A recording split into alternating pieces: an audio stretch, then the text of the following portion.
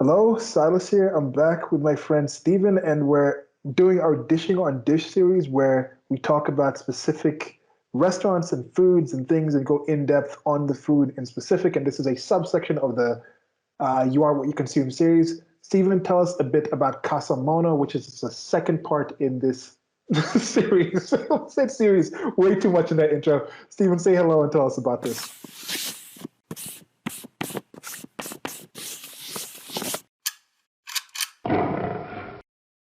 Good afternoon. For those who don't know, please wish Silas a happy birthday. It was his birthday yesterday. Hopefully, Thank you. some of you on social media saw. I just wanted to give you a shout out here. Sure. So Casa Mono is a Spanish restaurant that I like a lot. It has one Michelin star. It's located in the Gramercy area, a few blocks south of Gramercy Park, kind of near Union Square. It's a higher end restaurant. I mean, it's not white tablecloth, but the food is definitely higher end. As if you saw the last video, you'll know, and from this one as well. It's not white tablecloth, so it's sort of wooden tables. A little, I'm not going to say, again, it's one of those, I guess you could say it's the food is higher end, but the atmosphere is not overly stuffy. It's still, but it's nicer. It's a little, it is a little on the pricier side as we've been discussing. So not somewhere I go all the time, but definitely it's a nice, like once every few weeks kind of place, at least for me. One of my friends who I mentioned last time is a sommelier there. They have an excellent wine selection. We're not going to talk about wine in these videos, but maybe at some point in the future. Definitely a lot of stuff off the beaten path, but very interesting, very well done. Works very well with the food. They do a very good job on all fronts. All right. Yeah, and with the first part of this, we normally open up where we talk a bit more about the restaurant to show the menu and get into the details with this. But since these are the follow-up parts of it, we just kind of touch on it. And as Stephen mentioned, this is a more upper class one. This is a Michelin one-star one, and you can check out the previous one. We got more into talking about with the Michelin system and things like that. Probably also be just a short part of just that alone. Yeah. But you can actually see with the level of the food in this restaurant, there is you can tell a slight difference. I think even from my just basic knowledge of it, the plating or the kind of foods that are used, there's there's an aspect of it where I think there's a difference between just cuisine and just cooking. There's an aspect of art to it where you can tell there's more thought into why this is done.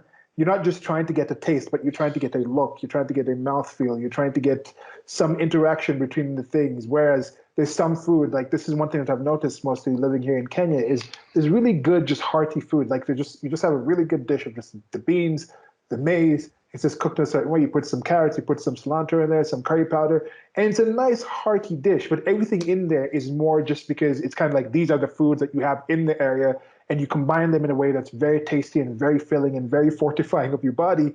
But there's not like, oh, let's add like some cheese on there so it can melt and then it can come together with the way the corn is. And then when you bite into the corn, like the beans kind of come in and mix. That's not really considered into it. But I think with a restaurant, when you get to that Michelin star kind of level, that cuisine kind of level, you can tell that there's actually something more where it's like, okay, we understood this was made in a certain way, but now let's try and add this thing into it that was not originally just happened to be in that location due to it just being something that someone was just completely hungry, as we were talking about before we got to this. Like, if you're just hungry, you'll eat pretty much anything. Yeah. So some of these dishes, people are just eating pretty much anything, and then it gets to a point when we get to that level of hot cuisine or whatnot. I think people come and add different things in, and I think one of the key things with actual cuisine is I don't know if this works right. If there's a certain way of cooking things where you can think you could probably switch this out with several other things and still achieve a similar level of taste, but there's a reason they picked this particular thing to be in there.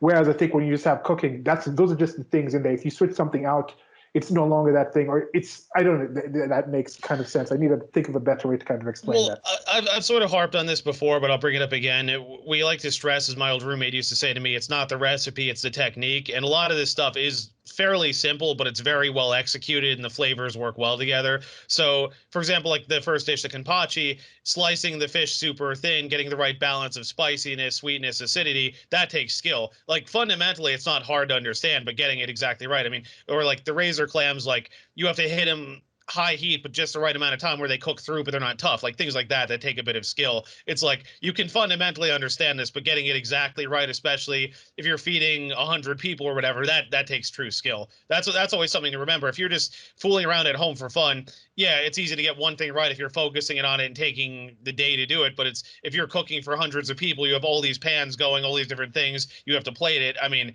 not anyone can jump in and do that on the fly. Oh, Yeah, and that is definitely something that I do admire about these restaurants. And that's one thing I like playing around the kitchen, but doing the same thing exactly twice is something that I'm not the best at, which I can definitely improve at. I'm starting to actually go in and actually, I have enough recipes in my head where I kind of just flow around and taste around the same, but there is quite something where you can get this high skill kind of dish, and every time you go back and it's on the menu, it'll taste the same. There's something that Trump said, Orange Man Bad said, was was part of why he was eating fast food and things like that on the road was because he would say, like, if you go all over the place, if you order like a bucket of KFC in Iowa, it's going to be the same bucket of KFC in Idaho or in Florida or in Washington, or even if you go to Hawaii or you go to Alaska, you'll probably find kind of the same thing. So if you understand that your stomach agrees with some original or like a like a side piece of original chicken KFC, if you get that, you're not going to have to worry about having an upset stomach when you have to be out there on stage talking to people. And there also is something about like these franchises and things like that that is admirable in their own way, that they found a way to get certain foods where if you order those french fries in those, at least in a contiguous area, you'll have a kind of same taste. Yeah, if you go to like, you come here in Kenya, like the KFC might taste a little different, but it's targeted towards the Kenyan market. You go to India, it'll be a little different. But that kind of thing of that repetition is something that I think is something admirable that I see and I say, okay, that's pretty cool that somebody can take it to that level. There's actually thought and done and process in that. And specifically when you come now to these high level ones, one of the primary things that I do when I go to restaurants that I've repeated in all of these is if I go to the menu, I'm going to be like, okay, what's in this that I kind of understand, but what will be unlikely for me to make? Either getting the ingredients or having the ability to actually make the things in that way. That's the highest thing that I choose when I'm actually picking something. So if something is very high, like very unique ingredients that I probably can't get my hands on, or a high level of actual ability to make it, I'm probably going to order that because I understand I'm not going to be able to do that myself. So to have somebody else who's really good at it do it, that's something that I can learn from. And then the second thing is this something that I've tried making before that I think I'm pretty sure they'll be able to do it better or do a different twist on it? That will be the second consideration I'll take because maybe I can learn something from that. And with these, sometimes we talk about the challenge level of making some of these things. And as expected with the Michelin star restaurant, the challenge level is going to be pretty high in most of these dishes. But I think when you see the dishes and you hear us talk about them, you'll kind of see why there's actually a skill level of this. And there's different things between somebody just cooking at a typical diner, like with a $5 plate or whatnot, or somebody actually cooking at a Michelin star restaurant where it might be a $50 plate for kind of the same kind of thing that you're talking about. Yeah.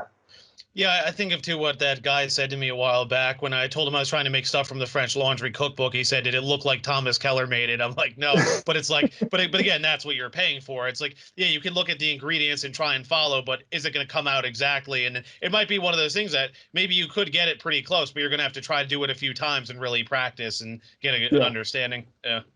Yeah.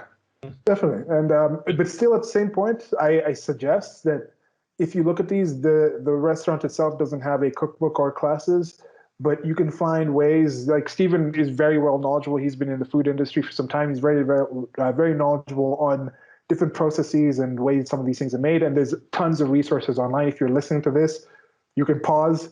You can come back later. Whatever you're listening to here, you can also use that same system, that same access to find other people who are going into more details of the process of how to make these things and try out your own things. You might be the one to actually develop something. In the You Are What You Consume series, one of the earliest ones that we did, which is pretty much the food you eat, the thoughts, the things that go behind it.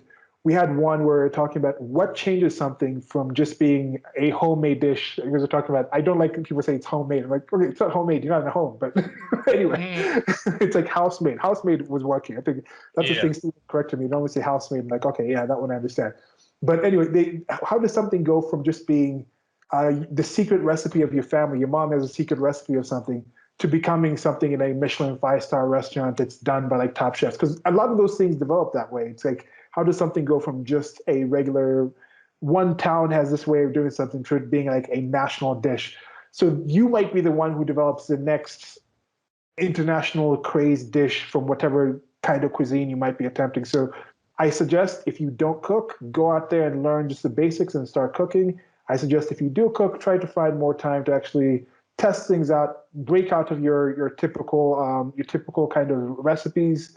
Maybe you don't test it out in the entire family if you're cooking with a family and you're doing that, but try new things and get a bit adventurous. And I think to me it's one of the most rewarding forms of art because you do it and someone actually consumes it and it becomes a part of them. Whereas I do drawing, I do like videos, I do things like that. That one, in a way, like mentally, it can affect somebody. You can message things, but this is like a literal direct thing wwhere you get the direct input and you could see yourself like I made that person stronger, or you could also poison someone. So just be careful. Hopefully not. But anyway, that's just the thoughts. Any other thoughts on the intro you have in mind?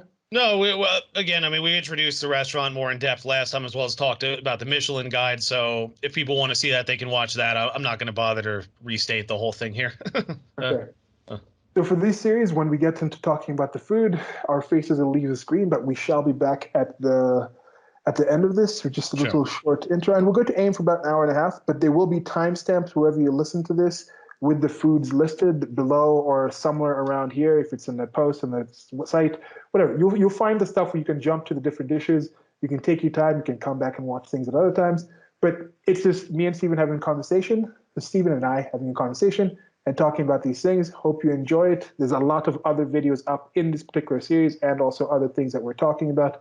And we shall be continuing this for the foreseeable future. And we're going to keep stuffing Stephen full of foie gras and other non-foie gras related goodies, and he'll come and tell us about that. Okay, so coming to this first one, here we go. We're picking back up with Casa Mono, and it's pork belly with smoked serrano pepper yogurt, granola, donostia greens. Is it donostia? Sure. Donostia, yeah. Sure. So you can see here this dish. This is very nice. I actually ordered it twice. The last time I was there and a previous time. So the pork belly is my sense is it's cured by the flavor, and then they roast it. They sort of probably hit it in the broiler to get it crispy like that, like a bit dark on the outside. Mm-hmm. The smoked serrano pepper yogurt, the serrano peppers are smoked. They're cut up into pieces, mixed in with the yogurt. So you get a little bit of that spice, a little smokiness, but the yogurt, of course, counters it, so it's balanced. The donostia greens, I would say, are very similar to broccoli rabe or broccolini, for those who know. So donostia, it's the Basque name for San Sebastian, which is a coastal city and municipality. It's in the Basque region, so it's like you picture close to the French border, but like if you're to picture the northern border of Spain, and like if you were to go a little bit westward of where it meets with France, that's where the city would be.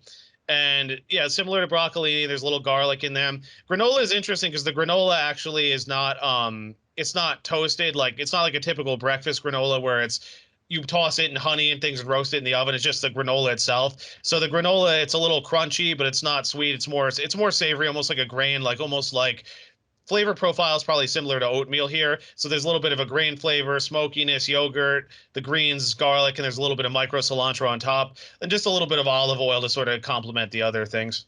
Any thoughts or comments? Again, it's a really, really excellent plating.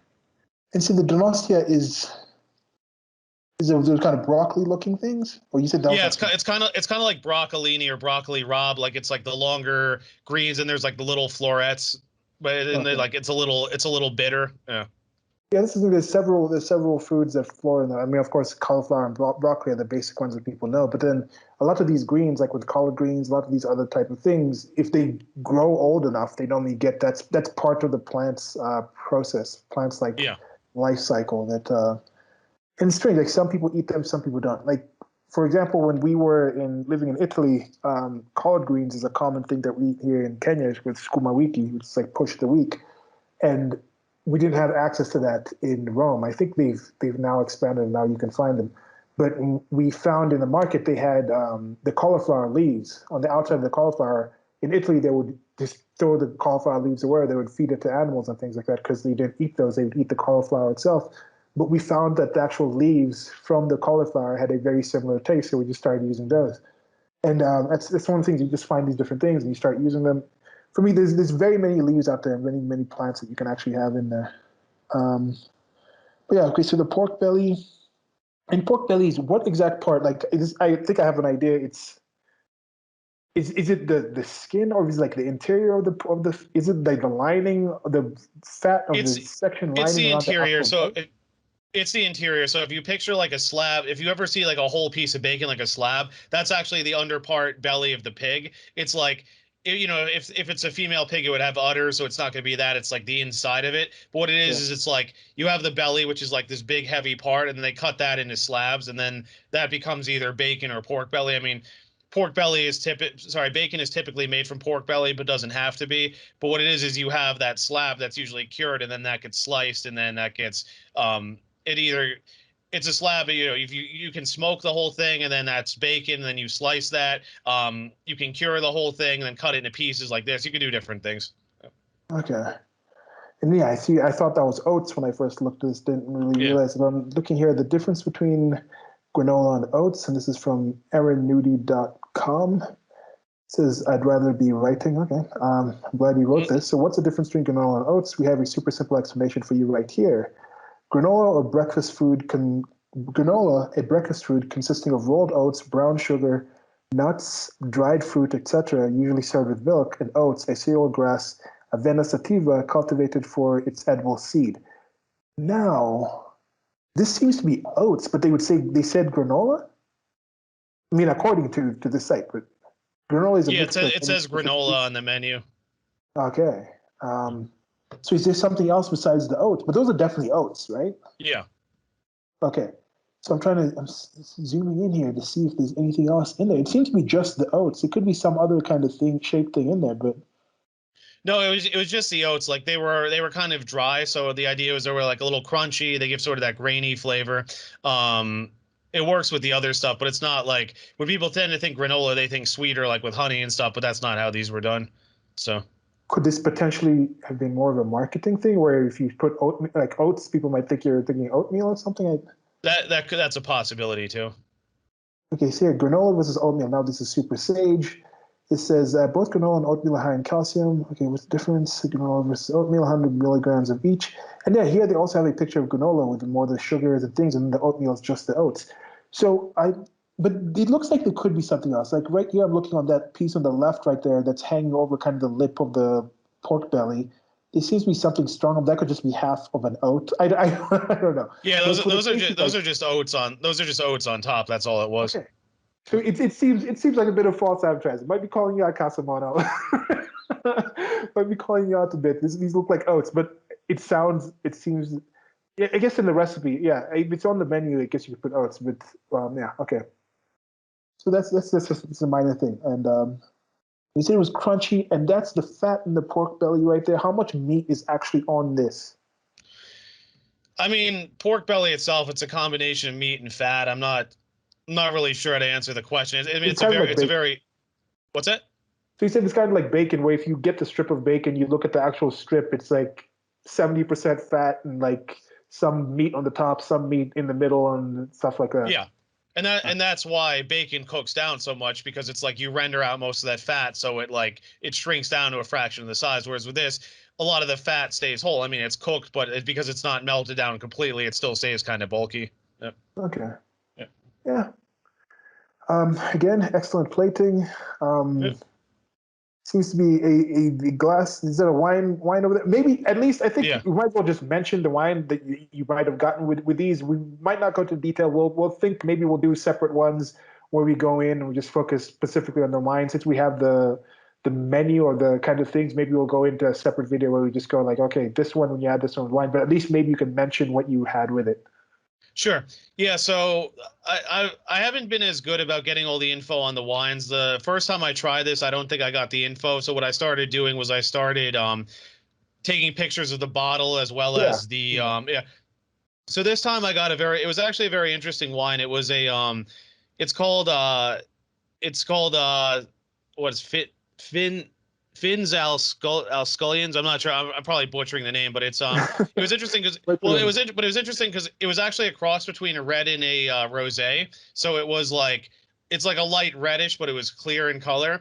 And it was one of those like kind of dry, like a little bit of fruit, but like it worked well with the intensity of the pork belly because you figure pork belly is fattier, but at the same time, because pork is a whiter meat, it's like you don't want something that's like super intense. So this was kind of that good like in between point. Yep. Okay. Yeah. Good. All right, so you ready to move on to the next dish? Yep. Again, excellent plating. I'm liking this. Yep. Is that no, that's a ceramic dish. Okay. Yep. This is a lamb pintxo with black lime yogurt, mojo rojo, lettuce, and yeah, that's it. It's mojo rojo or mojo rojo? Mojo rojo. Mojo rojo. Sorry, Yeah. why am I saying yo? Is it the J? Is that normally, or is that the L that normally makes the Y Well, sound? well, I was gonna say in German the J is a Y sound. I don't know if you're thinking of that or like Jägermeister. Yeah. Okay. Is it like yellow, where it's like the G is also in Spanish? A G makes it yellow. That's a yellow. It's a yellow with a Well, G. think like jalapeno, like that. Yeah, jalapeno. So I think I was thinking more yo. Yeah. That's okay. Yeah. Yeah. So it's mojo rojo. Yeah, so Right? this is mojo rojo. Mojo rojo. I forgot Yeah. already. Okay. Mojo So rojo. this is a pintxo, and this is the Basque spelling of pintxo. Typical Spanish, it's Pincho. In the Basque dialect, it's Pintxo. So but they're both pronounced pintxo. That's just how they spell in that dialect. So in Spanish, pintxo means small snack. So you can tell like this is not a huge portion. That's kind of what this is. Like this is something. It's one of those things that's kind of in the middle of the menu because the menu starts as like smaller, lighter dishes and ends with like richer, heavier ones. This is like somewhere in the middle. This is one of those like you could even serve as like an hors d'oeuvre or something. So it's lamb cooked on the skewers, medium rare. I will apologize. I did not find out what cut of lamb it was. It wasn't, it was something that it wasn't super tender, wasn't super tough. So it'd be maybe like the equivalent of like, I don't know, maybe like a hanger steak or something. Like there's a little bit of a chew, but it's not brutal. So then let's see here. So the yogurt was made with black limes. Black limes are typical limes that they've been blanched in seawater and left to dry. So the flavor is very concentrated. So the idea is that you basically blanch the limes in the seawater, then you pull them out, let them dry out, and they actually turn black as a reaction to the salt and sitting out. And the flavor gets very concentrated because it's the citrus, the brininess, all this. So what you do is you squeeze the juice or you grind them up, and then you mix that in other things, and you have like a very salty sort of citrus flavor. It's mixed with the yogurt, but there's only a little bit of it in the yogurt. That way, it's like you get the flavor of it, but it doesn't overwhelm it either. Um, Mojo Rojo is a red garlic-based sauce typically served in Canarian food and with tapas. So Canarian means from the Canary Islands off the coast to the southwest. In this case, this was made more like an oil, not a sauce. So my sense is that they probably took the components, maybe infused it with an oil, strained it out. And then there's just some lettuce it was like a light vinaigrette, probably red wine vinaigrette or something based on how it tasted. A little bit of chives, just, supplemented a little. Thoughts and comments? So this mojo is it's drizzled on top because you can see some of it coming off onto the Yep. yogurt in between there, and you can see some of the seeds of the peppers on top. So it's drizzled on after it's cooked, or it's drizzled while it's being cooked. It's drizzled on after. Okay. And this is the kind of little wrap. So you kind of take them off the skewers and you dip them in the yogurt and you put them in the lettuce and you kind of eat them, like take bites, maybe 2 or 3 bites of it, right? Yeah. Yeah, it's nice because, you figure you have the red garlic sauce, you have the salty citrus, you have the yogurt, and then the lettuce with the vinaigrette. Works really nice. Yeah, wraps are the thing. I think it's something that people have been picking up on and starting to use more of the leaf wraps. I suggest also another suggestion, amateur chef in a tip. You can try different leaves as well. Any leaves, like I've tried them with Swiss chard. I've tried it with the leaves of the collard greens. The collard greens are a lot more astringent. I don't know if that's the right term. It's stronger taste. It's a very strong taste to it. But the Swiss chard is pretty decent when you get to when you want a more strong taste, but still can get a nice broad leaf out of them. Even if you get like the small leaves, like some rocket lettuce, you can wrap it around if you're getting a smaller piece of meat or whatever, cheese or whatnot. But yeah, that's one thing that can easily add up your types of dishes. If you want to maybe cut out some starches from your meals and things like that, just consider, hey, if you're having some meats and things, like if you're having a quick snack of meats and you don't want to just salads, but you want to get some greens into yourself, into your diet and things like that, diversify a bit. If you just want a snack of meats, just think, hey, instead of having just the meat itself, or getting some rice or some potatoes on the side or whatnot, or some pasta, just get some wraps and wrap whatever meat you're having, whatever protein dish you're having, and put it in that. And I think Well, that's I would say with those greens you're talking about though, they're better cooked because if you ever have raw collard greens, those are like brutal. I mean, that's like chewing through leather. But it's unless maybe I mean maybe you can pick them younger, maybe they're a little more doable. Like if yeah, you have like if you have arugula versus baby arugula, like adult arugula is pretty hardy, baby arugula is delicate. Similar story with spinach. Like a lot of places, what they do is some places would get adult spinach and just pull the stems out because the stems get big and tough. But if baby spinach, because they're so small, you can just saute it as is. So it's what type of dish you're looking to make, what you're striving for, all that. yeah, most definitely. Yeah, those are considerations that you make. So I think, yeah, you can play around with these things instead. Just be more adventurous. Sometimes you can place maybe even just steam it itself. But with some of these, especially like the collard greens, you want to probably cut out the stem section of it because that will Yeah, be tough. But as you mentioned, yeah, we normally use like a younger one. When I've used it, it's more like a younger busher. Some of the ones we grow get really massive, like they get yeah, like almost 7 inches tall, even long, 7 inches wide, and then the leaf itself is maybe like a foot tall. So when you have that, you have a lot of actual leaf that's out there that you can wrap around without having the stem in there. So these are things that you just go around and you try and you test different things out, and you can find some interesting kind of dishes. But yeah, this yeah. looks good. This looks like again something that it's someone can make for being the high level. Now making the mojo rojo in the way that it's done, making the exact kind of black lime yogurt, you're probably not going to be able to go. You might be. Can you buy? Have you seen black limes anywhere where you can purchase them? That's a good question. I'm sure there is. Like, there's actually, I don't know if I mentioned it before, but there's an Indian store called Kalustein's, which actually isn't that far away, and they have like a lot of exotic spices. Like, they'll have like Ras Al Hanout, Zatar spice. Like, it's not super rare, but it's stuff you don't see in typical grocery stores. So I wonder if maybe they would sell it or something. Yeah. Yeah. Again, you can check online and get some stuff delivered to you, but Mm. going through the process of making your own black limes is probably not going to be a thing. But the general idea behind this dish, a lot of people should be able to handle getting some kind of meat, getting some kind of skewers, of course, the lettuce. This is now the yogurt. You can make your own yogurt and buy just other kind of yogurt and put it in and drizzle whatever sauce you want on it. But yeah, this looks like a nice dish. I was gonna say too, if even if you wanted to serve these as like hors d'oeuvres or something, like you could even do like regular lime juice instead of black lime. You could do maybe like a slightly red garlic sauce, maybe like put them on the sides to dip in. Like, that you could tweak this a lot. I see. Yeah. And this looks like something you can make even for like large groups, large parties. It Yeah, looks like it'd be definitely. relatively doable from the Yep. dishes that we've Sure. seen here. So yeah, Sure. I'm really liking that plate. Yeah, it is. It's I do very some nice. Yeah. ceramics occasionally. I'm not really that good at throwing. I do more of the sculpting. That's a really cool looking plate. I wouldn't mind having that Yeah. flatware. Okay, Yeah. next one. Yep. Okay, so here we go. Now we have the duck breast with maitake crema, seared maitake, kalamansi, and chamomile. Chamomile. Chamomile. Yep. Chamomile. Sure. So I had this dish the first time I went there with my boss and the other manager. So duck breast, you can see here, it's I'm trying to think if they cook this on the grill because by the black, I think those might be grill marks, but they still you notice the skin is very well rendered out. If you can see the first piece of duck skin, it's completely brown. That's ideal. The idea is you want all that white to be rendered out. So they did a very good job with that. So maitake crema, I'm not 100% sure, but I think the way they made this is what you do is you take cream, you simmer the maitake mushrooms in them, you blend it very smooth, um, strain it out, and what you do is you put it into. Some people have called it a foam gun or whipped cream canister, but basically it's this like device where there's a chamber you put a liquid in. There's an apparatus on top where you hook up a NO2 cartridge, and then you pull the trigger, and it basically like it converts whatever the liquid is into a foam. That's kind of how Okay. they made this here. So it's the maitake mushrooms with cream. There's probably some salt in there. The roasted maitake here. I like mushrooms really crispy like that, nice brown exterior. The chamomile leaf, that's the one in front. I mean, that's edible, and I mean, it doesn't taste like a lot. It's more presentation.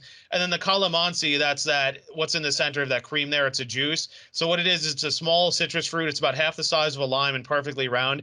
You typically pick them when they're green, though, although they also do turn orange. And the flavor is kind of a cross between a lime and an orange, so it's like it's kind of sweet, kind of tart, but it's something in between. So it worked really well with these items.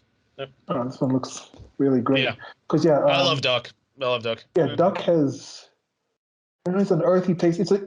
It's kind of like it seems less appetizing than, but it's like a bloody taste. It's like It's a lot. It has a high iron content. That's what I've said before about okay. how you should try and cook it medium rare because you cook it well, you taste that iron. It just tastes like a piece of metal. It's no All good. right, so that does make sense. That's right. It Yeah. does have a bloody taste. It's for being a bird, for being a fowl. It's the most. It's even to me. It tastes more like red meat than even turkey. Even like the red meat Yeah. parts of turkey. Like it's the most. It's the most bovine tasting bird that I've had. So it's Well, it's also, I mean, it's the diet and the higher fat content because you figure they live in the water, so they need higher fat to keep themselves warm. Whereas if chickens are running around in the open air, they don't need as much fat. Same thing with yeah, turkeys. true. Yeah, but yeah, even when you have those farm fat, yeah, but I guess even that. So it looks good, and that mushroom looks Yeah. delectable. It looks Yep. as well as I would really enjoy this.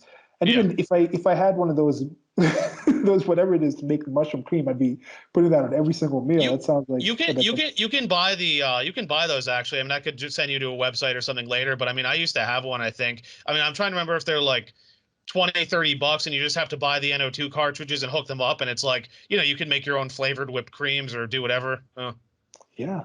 Yeah. I mean, I think whenever I do get a home, I think that most of my money is going to be spent on like cooking implements. Yeah. I'm going to get a room for ceramics, just doing that, and then everything else will be spent on just like getting computer stuff for like graphic design and animation and CG art. Now, I don't really care too much about cars. I've traveled a lot, so traveling I'm okay with like doing like really low key traveling and just like sleeping in the car, whatnot. I think most of my money will just go towards those three things. Yeah, Yeah, that's great. yeah, Go ahead. so my lipstick lesbian, I told her about my ideal kitchen. She said she and her girlfriend would invite themselves over to check it out. I had a joke about how I'd invite myself to they bought a home recently. I'm like, oh, I was gonna invite myself over, so it's like a joke between us now. She's like, wow, you sound very inspired. And I was like, yeah, I'd like to. I mean, I want to make sure I'm a little more settled financially and I have the space and then like gradually start buying things. Yeah. Good stuff. Well, I'm looking forward to that. I'll invite myself over too. I think Sure. my house for like 25% kitchen will be my house. I mean, because we like, go ahead. No, sorry, go ahead. I was yeah. I mean, some other rooms are very overrated in my estimation. I see Yeah. people with such massive houses putting a lot of time and space into like a living room. I'm like, living room is one of the most deceptively named rooms because there's very little living actually done in a living room. It's only just I Yeah. think it's more accurate to call it a sitting room, like Yeah. because I think in the older language, a sitting room, but then a living room, then there also is a family room. I know some places will have the sitting room, the living room area, and then they'll have the family room where people do more things, like the kids have the toys and things like that. So yeah, I guess family rooms, I understand spending a lot of effort and putting a lot, but when somebody has a really elaborate, massive sitting room, I'm like. Even when you have guests over, yeah, you might sit there for a bit, but then normally the kind of guests you really value are the kind of guests you will spend in the dining room with, where you'll Yeah. sit and actually break bread with somebody, have a meal and talk and things like that. The even better guests are the ones you allow into your kitchen and you cook together and you talk that way. And I can imagine, yeah, just having like, I like the open plan type of things. And you can have kind of get the trade. Of course, you need to get a good aerator, just have some access to the outside. I can imagine like a grill. We should do a separate video talking about this. But I can imagine like a grill where it's like you can pull the grill into the kitchen or push it out to like a deck outside or have like a whole like. Why aren't there more kitchens with like sliding doors where it's like you just open it up so you kind of like you're. I don't know. There's ideas. Matt Murphy, if you're listening, you can help us design our kitchens too. So Yeah, cool he's a stuff. Yeah, construction we guy. know. We should do some of these things. Oh, Okay. so what I was going to ask was, were you familiar with kalamansi? I don't think I had ever had or seen it till this dish. I read that it's big in the Philippines, and because the Philippines was a Spanish colony, so maybe that sort of inspired this or something. No, I had not. I didn't Uh, really. Um, is this so? Yeah, the Philippine lemon. Wait. If I'm not mistaken, yeah, we have these kind of small little lemon. Oh, these are lemon. It's more orange inside. I think I might have had these before. We might have some of these here, but sometimes you buy some things here that's called like lime and whatnot, but we have some limes that look like this. I don't know if it's the same thing. I'm not quite They sure. might it might be under a different name too. That could be Yeah, the other thing. Yeah.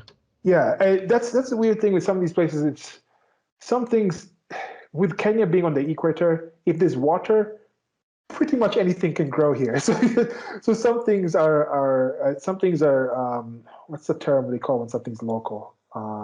Indigenous. No, indigenous is like humans. Is indigenous is animals, right?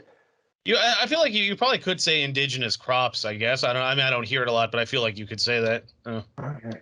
Well, yeah, whatever that is. So some things are Yeah. just naturally here. Like people like something like maize. It's a common part of many parts of the tribal dishes, but that's not indigenous to Africa. I'm pretty sure it's not. No. But yeah, okay. So I mean, so some things have found their way here Sure. that are grown, that are sold in the market, that are not really identified as what it is. Like one thing that really kind of bugs me here in Kenya is they call Swiss chard spinach. Huh. And when I got to like the United States of America and people were like, we're having spinach, and I saw that small kind of leaf, like I was like, what? It's not spinach.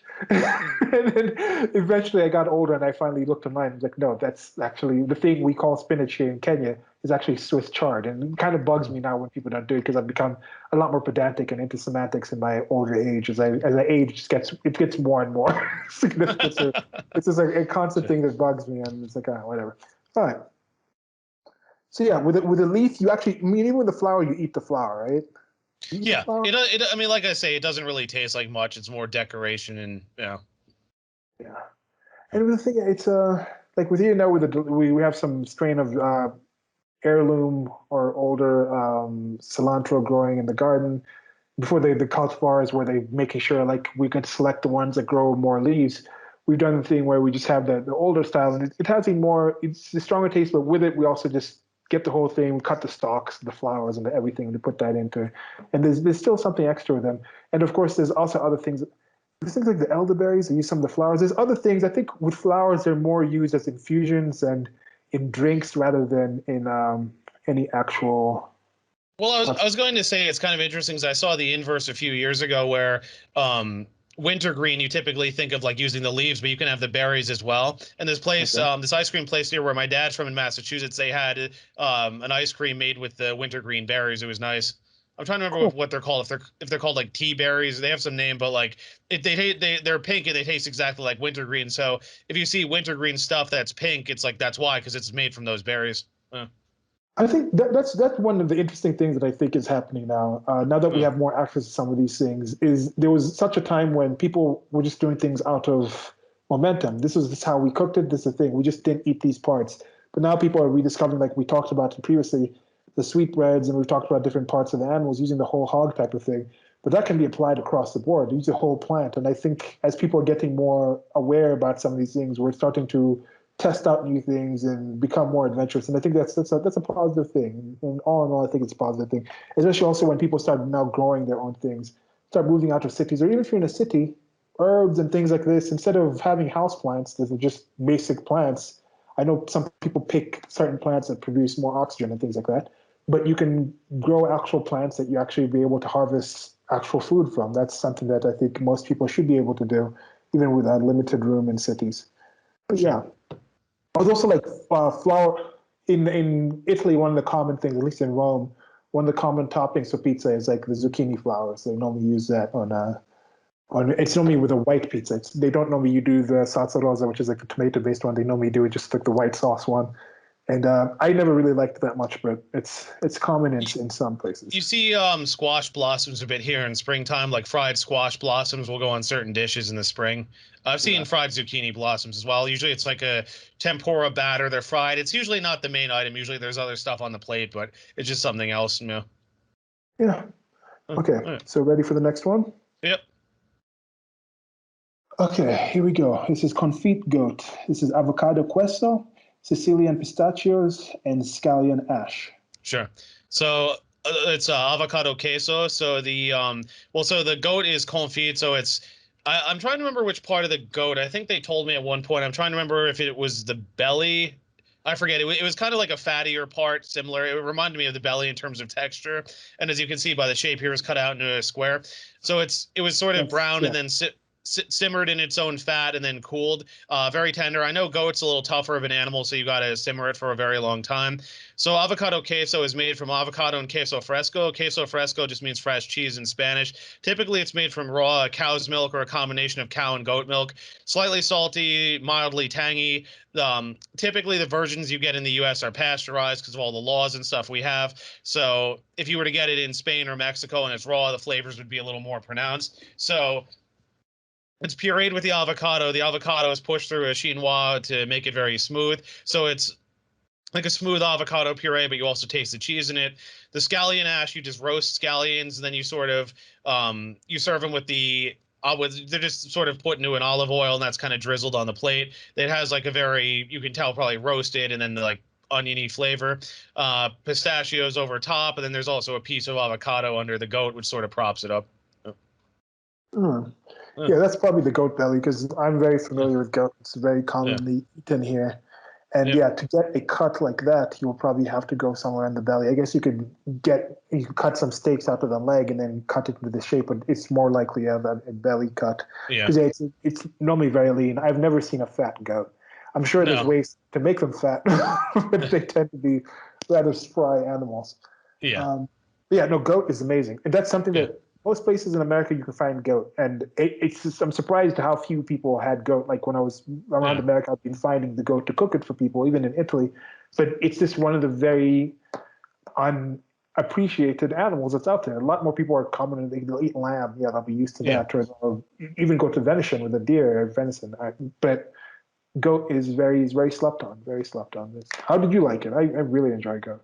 I like it a lot. Yeah, I remember I had goat in culinary school years ago. I had a curry goat. It was like a Jamaican style dish with it was grapefruit salsa. That was really nice. And then this really jumped out at me because I haven't had goat in a while. I think I've had it a little bit in the city. I had it in other Jamaican places, but that's where I tend to see it the most. But I thought this was interesting because obviously I like this restaurant. I thought, oh, let's see how they do it. So yeah. And then it's also interesting now with a goat, as you mentioned, it's a stringy animal. It's more of a fit kind of. It's like I would say if you've had like free range chicken, where you have the chicken being like a lot more striated. I don't know if that's the term. I know the striations when you have like the bodybuilding stuff, but it's definitely it's a more fibrous. If that makes any sense, it's a more fibrous meat. The difference that you have between like the organic free range chicken and your typical like I don't know what's Purdue, like it's like farm raised, cage raised chicken breast, or just chicken, like that difference that you have is what you can expect if you get some goat meat versus even lamb, or even like definitely if you get against like your typical beef, you're going to get that kind of feel. But again, it's almost like the similar type of thing with I don't know what to say. I guess it kind of tastes closer to venison if you've had lamb. Lamb has its own. Well, I would just say that, like, to me, it's almost like it's a similar flavor profile, but lamb, typically you have it cooked less because it's a more delicate meat. So you can have lamb like medium rare or rare. And because it's a younger animal too, the flavor is less pronounced. Whereas with goat, you're typically eating an adult goat, and because it's tougher, you have to cook it more. So that amplifies that flavor. That's how I would sort of describe it. I was mixing. Actually, the lamb. Actually, it's mostly lamb rather than just sheep. Like you don't really get too many like, because that's that whole thing about why people put mint jelly on lamb, because they used to eat mutton, the adult sheep, but mutton is like super strong, so they put mint on it to drown it out. But then lamb is so much more delicate, and people are like, why are you just doing mint jelly with lamb all the time? It's like, we did that because we had mutton, which was strong and it would tasted terrible, but lamb, because it's delicate, it's like, why not just pair it with more different stuff, you know? That is true, actually. Yeah, if you really think about it, because as strong as lamb will be taste, I can imagine the adult animal will be a lot stronger. And yeah, we don't normally even here in Kenya, I don't think we normally get the adult animal, but with the goats, we normally get a relatively adult goat. Like at least it's past its juvenile time. We don't really get the kids. Maybe it's called kids that we don't. Hey, we're gonna have some kid. There's a kid chop. Just give me a kid chop. It's one of those things though. Like now, when a lot of people in the industry, and I mean, I guess I'm not in the industry, but I have been. When we see mint jelly or even mint with lamb, we kind of roll our eyes because it's like, you know the origins behind why people ate that, but it's just like, it's Yeah. kind of cliche and boring. It's like, it was like in the old days when they would put too many spices in bad food to drown out the bad flavors. The food isn't bad, so you don't have to do that. It's kind of Yeah. like that. Yeah. Okay, now with this one, yeah, so I think it's going to be good with that kind of meat, that kind Yep. of meat with the smoothness of avocado, and also the roasted avocado. That would be something new. I think haven't tried that yet. I'll look into that's something easy to do here. This Yep. actually looks like something that's relatively easy to do. Maybe the avocado queso might not be easy to do, but you can find, I think, a substitute for that. And I don't think it's too hard. I mean, you just have to buy the queso fresco avocados puree till smooth and strain it.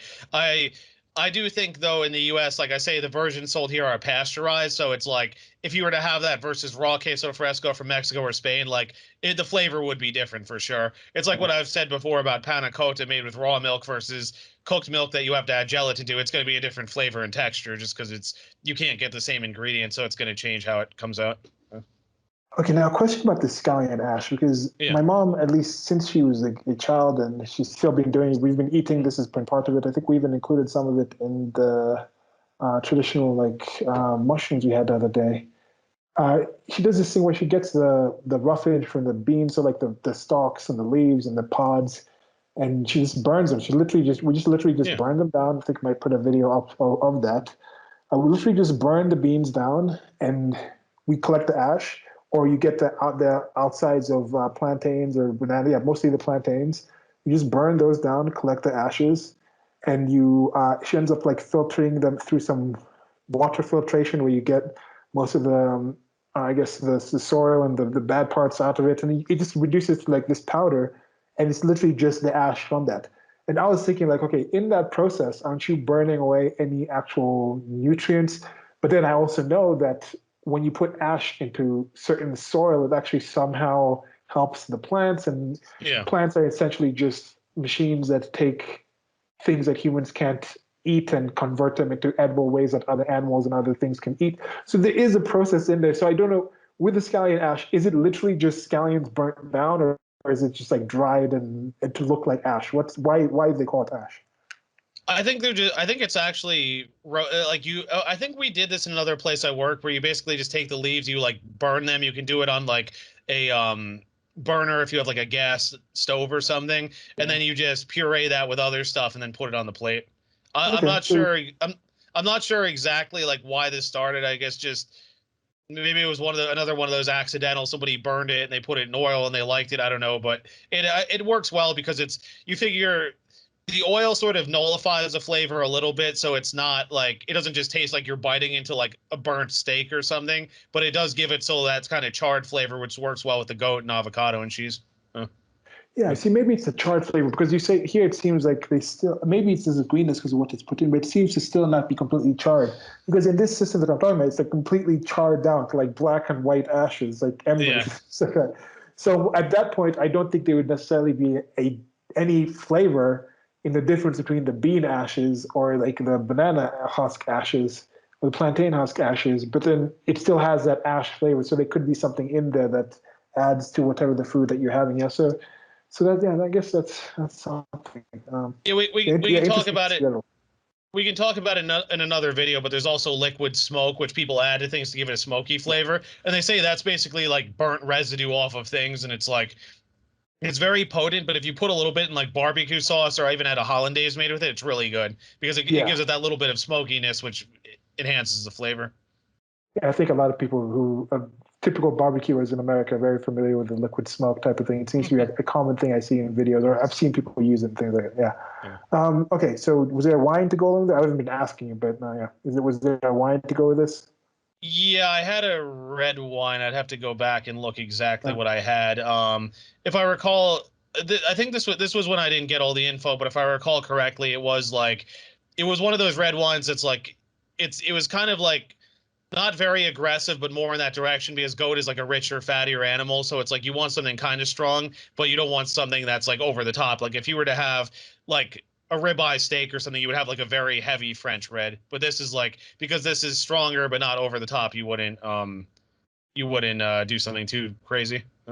okay. Uh, So next one. yep. Okay, now we have the skirt steak with romesco and onion marmelada. Yep. So the skirt steak, I think I mentioned before, it's a cut from the plate of the cow. It's basically like if you were to get a cow to stand up, it would be like the upper middle part of its chest. It's like from that area. Um, Cooked medium rare. With a lot of these meat dishes, they don't ask for a temperature. I guess the chef just has his way. Like it's one of those things that if you ask to have it cooked more well, you can, but generally that's how they do it. So romesco is a roasted pepper and tomato sauce thickened with almonds and bread. It's very big. I see it in Spanish and Italian cooking. The onions are cooked with red wine, giving it the sort of this color. So you could probably tell in marmelada, it's like marmalade. In German, it's marmelada. It's all basically like the same kind of thing, just the fruit or vegetables cooked down, simmered, and served with the whole piece is still there. Okay. So this one, the romesco is mixed with the marmalada. No, the marmalada are the onions on top. The romesco is the sauce on the bottom. Okay, so that's it. You're saying instead of oranges, it's the same. It's a similar preparation to marmalade, but they put onions instead of oranges. Okay. Yeah, this is onions and red wine, which gives it that color. Yeah. Yeah. So now imagining the almost caramelized onions, and then you can see here with the romesco, it still has the seeds in it. Where you can have a puree, or you can have it to still have kind of more chunkier. Chunkier might not be an appropriate term, but I've seen somewhere it's almost a pure with almost just a. Yeah, because I've worked in other places where we did romesco, but we did it in like a smooth puree, and you would do like a streak of it or something on the plate. Whereas this is kind of like chunky. So I guess it's a chef's preference of what type of dish they're trying to do. Yeah. It's almost sausage, but more blended than that. Yeah. Okay, interesting. And what's the spiciness on this? It's not too much because it's roasted red peppers like bell peppers, and there's tomatoes as well. So it's kind of like milder, slightly sweet, and then the onions, of course, with the red wine. So if I recall, this was one of the dishes I had the first time I was there. So it's been a little while, but I don't recall it being overly spicy. Pretty mild, in fact. Yeah, it's like sweeter peppers and tomato, not spicy ones, I guess. Yeah. Well, again, another interesting plating. This again seems to be one of the ones where ingredients seem to be gettable. Now, I guess the romesco, just depending on someone's familiarity, might be maybe intermediate challenge to make something appropriate in that sense. But otherwise, skirt steak, you can get skirt steak. And you said, what was this? Is some olive oil on the plate as well? Yeah, just some olive oil around the bottom. Okay, and that the brown is more juice from it. It's not like some vinaigrette or anything. It's not. Right. Yeah. Okay. Yeah.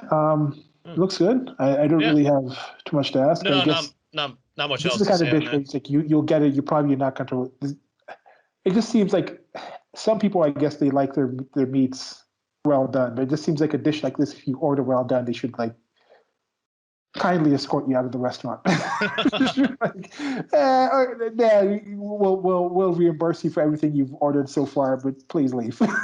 Yeah. Well, it's interesting because this is like the only place I've been where they don't ask me for temperatures on things. So I guess it's one of those like the chef, you have to trust them because you'll notice this is a common theme in a lot of higher end places where, like, for example, they don't put salt and pepper on the table because the idea is that we've seasoned everything perfectly. So you're not going to get salt unless you ask for it. Like, I know like Les Bollier, where I did my externship, like they had salt shakers. Like if people really wanted salt, you could give it to them, but you didn't put it on the table because it was just assumed that everything is seasoned exactly as it should be. Whereas if you go to a diner or anywhere else, it's like, well, we'll let them be flexible in how they want it. So if someone wants to dump something in salt or not have any, they can do that too. Yeah. Yeah. I think I do prefer that thing. Now, of course, there are some dishes where it's also like, hey, we're making this for you to add these things onto the table. But that's another challenge I give people. If you're at a restaurant where you're spending a decent amount of money in it and you feel like these are people who know what they're doing, at least experience it. Try to do that. Now, I know with a lot of situations, people's taste buds are just out of whack from just eating a lot of processed foods or smoking cigarettes or just other things that just knock your taste buds out of whack. But then with some of these places, it's almost here, it seems like one of those restaurants, whenever you go to like a Michelin kind of place, if it's not a common thing from you, it's almost a thing if you know you're going, you would just like try to do like a fast ahead of time. So you actually go there, you're actually hungry and you can just try to upgrade the thing. I I like what Thomas Keller said when, like, people asked him, they're like, can I go to your restaurant and get like 3 courses? He's like, you could do that, but I don't recommend it. And he made the point that when you eat in these restaurants, it's like watching a Broadway show or something. Like, you don't dictate how you want the show to be. They take you through their experience. It's the same thing here. Now, that experience may not be for everyone, but the thing is, they know what they're doing enough where it's curated that it'll be exciting for a lot of people. So it's like, yeah, you could go to Per Se, get 3 courses and leave, but it's like, what's the point? Like, you wouldn't like peek into a show, watch a few minutes, and leave. Like, it's not. It wouldn't be anywhere near the same. Yeah. Uh. That's another thing I suggest people can try. This is something that pretty much anyone can do. Just add maybe some intermittent fasting, or just take some time off it. Where just for a week, just say, okay, I'm going to go off of processed foods. I'm going to go off of like juices and adding these kind of things, or just have the whole foods. Maybe you pick a month to do it. The first week you do like 2 days, then the second week you do 3 days, the third week you do 4 days, and then the last week you just do the whole week off, and then see how the food tastes when you go back to it. Because when I did that process, I know I did different cycles like keto and things like that, where you're actually limiting certain things that are. I don't really suggest those to everyone if you're really trying to do like different health things. If you want to try some of these things, some are more restrictive and are more challenging that might put you off from making these dietary changes. But there's other things you can do with just simple fasting or simple limitations, or saying, I'm still going to eat everything, but I'm going to try to keep it as whole foods as possible, less processed things. And that way you can really reset your taste buds, and you'll be surprised of some of the flavors that you've been missing by just having just the sensory overload that you have with certain things, where it's this blah, like we've picked out the specific taste that we know chemically this is the main thing that hits your system this way, where it's like the difference between, I don't know, it's the difference between maybe smoking marijuana, like smoking a good marijuana plant. For those who do, I don't encourage this again. This is where we're going in this thing. But if you have like something like, for example, like marijuana plant or like tobacco thing, where you can have a plant of tobacco where it's like the nicotine's in it, and it comes to your system along with the system that it was made in. It's going to hit you a different way versus having like cannabis oils or like a nicotine patch where it's just the nicotine directly into you. Like those are different ways where they concentrate. I think with the processed foods, they found ways to get certain chemicals to hit certain pleasure centers in your system. And I think your body gets overloaded. Just how if you took steroids, your muscles will get beefed up by it, but then your system will stop actually producing that testosterone, or you'll weaken your system, and it will kind of burn out your system. Whereas if you go off of it, that's not the greatest analogy. No, they said ecstasy is like that too, because it's like it messes with your brain, where it's like you need it to be happy. Your brain stops producing serotonin, so then if you're not on it, you feel depressed. But then you take it to get that feeling back, but then you're dependent on it. Yeah. And so there's some of these things where if you're having these artificial things, your food is, you feel like, oh, this should be this level of sweetness, or this should be this level of this kind of spice. But then no, I think your system just gets abused by it and gets washed out, where there's ways to easily reset this and just enjoy the whole culinary experience a lot more. And I think that's one of the things to do, is just pull back on that. Sure. If you have nothing else to say, again, great No. plating as usual. Next one. Yep. Here we have oxtail stuffed piquillo peppers, or piquillo. Sure. Piquillo. Sure.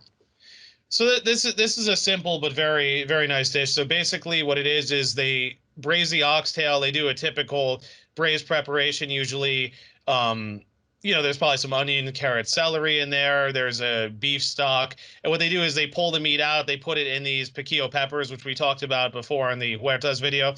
The peppers are a little sweet. They're not too spicy. They put them they take the meat, they put it into the peppers, then they char the peppers on the outside, so they have that roasted exterior, and then they put it back into the liquid that the oxtail was cooked in and serve it like that. So it's kind of a more rustic dish. I mean, you can get these at Bar Hamon as well as Casa Mono. Kind of nice, the oxtail, the braised meat, the broth that they're in. It's on the menu now. I was just thinking to myself, this would probably be a good like wintertime dish too, though. Yeah. Like sort of like a substitute for soup almost. Yeah. Now, this is some oxtail soup as well. This looks also like a similar dish to the ones they had at Huertas. It might be something that is more typical of the home country, as they say with some of these things. And yeah, the roasted peppers, that's another simple thing you can do. The whole idea of stuffing things in roasted peppers, putting them in beef, it's like, okay, you have the roasting. This one thing that I think is another thing that you'll see that is somewhat different when you're talking about cuisine versus cooking. In cooking, normally all the food is made in the same way, where it's like, where I was talking about those beans before, like, it's just like all those ingredients are chopped and then thrown in together in some water and they're boiled and brought to prep together. And the end dish is an amazing dish. It's a very tasty dish. But this one, when you see there's like boiling, then there's braising, and then there's like pulling the meat off the oxtails, and then there's like putting that all together, understanding what those different things do to food, and then having the end part, where it's not, you can just chop everything, throw it together, forget it, come back, pull it out. There's different steps, and okay, this is added this time. Like if you add the pepper too early, there's something to it. So I think that's one of the things that you see with some of these things that I think really sets cuisine aside from cooking, and I think it's interesting. Yeah, it's a nice one of those.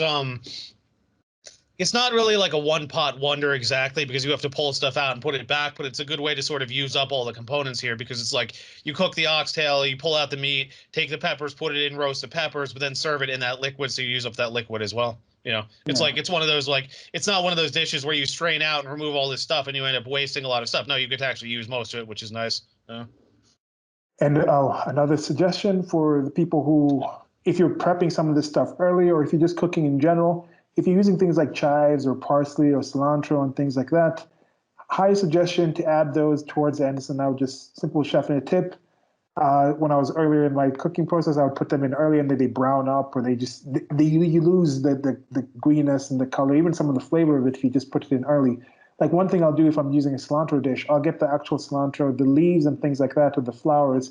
I'll keep that part out and chop those and put those in, even when I'm right about to take it off of the actual grill, take it off the heat. But maybe I'll chop off the stalks, which still have a lot of flavor in it, and that I'll allow to stew up, because that will also soften the stalks and things like that. But yeah, I like this whole just drizzling the thing on top just to add a little flavor to it is a good thing. And I was also mentioning with the peppers, there's many other things you can stuff these peppers in. If you understand how to make this basic dish, there's many other things you can substitute the oxtail out for, and still have a rather dish. Yeah, for those who didn't see the Huerta's video, was goat cheese, but you could do that. You could even do, I mean, a typical stuffed pepper, but like, typically it's like hamburger meat. So a lot of people use rice. My dad actually liked using bulgur wheat. It gives it a different texture. There's a lot you could do. Yeah. All right. Yeah. I don't really have anything else to say this. No. Okay, now we're moving on to the desserts. Okay, so now we go with the first dessert, and that's a creme fraiche ice cream with olive oil and lime zest. Interesting. Yeah, it was cool. funny. It was funny. I posted this, and Ray, my friend Edward's girlfriend, she's like, I thought that was an egg at first. I was like, yeah, that's intentional. That's the presentation. Some places do that. I think this is pretty self-explanatory. I mean, ice cream, is based on creme fraiche, blended. There's probably, sugar and things in there, frozen, a little olive oil. Olive oil I noticed in Spanish, and I think sometimes Italian cooking, olive oil is used on desserts as well. For example, I saw a recipe for olive oil gummies. Those looked interesting. I didn't get to try them though. And, just a little bit of olive oil in the middle, and then lime zest scraped over top. I think it's pretty self-explanatory. I had this dish the first time I went there. So we olive oil flavored gummy bears, or olive oil base, where there's flavors in an olive oil base? So what it was olive oil, a few types of sugar, and then it was dusted with citric acid powder. So it's a little like almost like Sour Patch Kids. So it was like something like that. Interesting. Yeah. But yeah, so I guess it's oil. So it's olive oil chilled, or is this room temperature olive oil on this? I mean, it was cooler. My guess is they probably just pour it in at the last minute. And it probably gets the temperature from the ice cream itself. Yeah. And the creme fraiche is the creme fraiche flavor. There's no actual vanilla or anything. It just tastes like cream, right? Yeah, just creme fraiche, probably some sugar in there, just whipped up, frozen. Yeah. Interesting. Yeah. Now is that, and that's not a metal dish. When I look at these dishes, I'm like more interested in the dishes than the actual like foods. They have some cool plates for sure. Yeah. Okay, so with this one and the lime zest, lime zest. That's another chef tip. If you're getting oranges and limes and things like that, keep the rinds. You can one way to use the rinds, you can if you're frying up meats. I like getting orange rinds or lemon rinds and just cutting them to little strips and then frying them in there.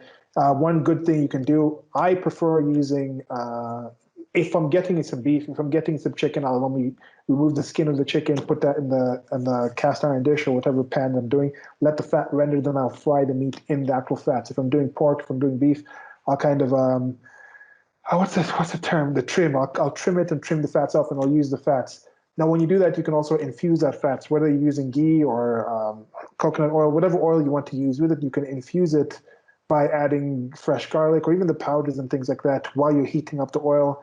And that's one thing you can do with those strips of the rinds, and also with this zest thing. It's just using a grater and just grating the things. That's normally something, if I'm having oranges, I'll keep them in the fridge because maybe a few days after I'll think of cooking, but it does dry up after some time. But that's just another thing that can just kick up. You know, what's the Emerald Lagasse thing? Was it kick it up a notch? Was that? Is that Kick his it up thing? a notch, yeah.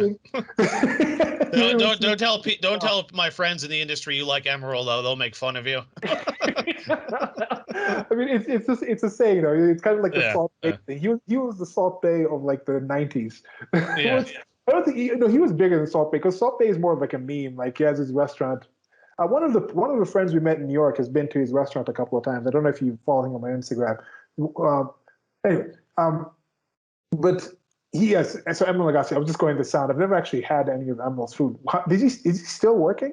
Does he still have So restaurant? he had this like, you know, there were it was maybe like '90s 2000s. That was like his golden era, like on the Food Network when he had like 3 or 4 shows. But basically, people sort of lost interest in that style of show because they were just like, I guess they complained it was just kind of throwing stuff into a pot and it was more like showmanship and stuff than like actually. Yeah. So he kind of faded, but his restaurants are still around and I hear they do really well. Like they're booked like all the time and people who've been there said they were good. There's an old actually Anthony Bourdain episode where he met Emerald and it was funny because you see him talking to the camera. He's like, you know, I've spent my whole career talking shit about you, right? And they show the camera and you see he's talking to Emerald. It's really funny. And then he's like, okay, you're pretty good. Rachel Ray still sucks. but but they say Emerald's restaurants are actually pretty good. I mean, you know, I haven't been, but like people who have been there and I remember there was a teacher in school who ate in a lot of nice places and he said he did a really good job. I trust that teacher's opinion. So, you know. Are there any in New York? No, they're mostly I mean there's like New Orleans and I think he might have a few others, but I haven't really followed him, so I'm not Okay. sure. Yeah, I don't know. Maybe if we do like a road trip around America, which we've lightly talked about, we can track down some Emerald places.